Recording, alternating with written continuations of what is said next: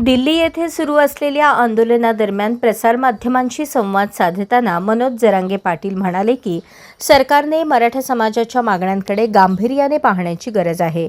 त्यांनी इशारा देताना सांगितले की सरकारने दिलेली आश्वासने पूर्ण केली नाहीत तर संबंधित नेत्यांना महाराष्ट्रात मुक्तपणे फिरू दिले जाणार नाही।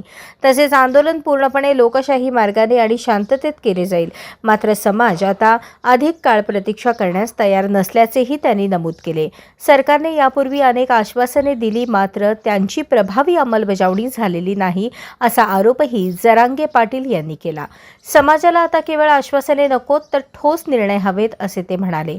दरम्यान त्यांच्या या वक्तव्यावर सरकारकडून अद्याप कोणतीही सविस्तर अधिकृत प्रतिक्रिया आलेली नाही। सध्या मराठा आरक्षणाचा मुद्दा महाराष्ट्राच्या राजकारणातील एक महत्त्वाचा विषय बनला आहे।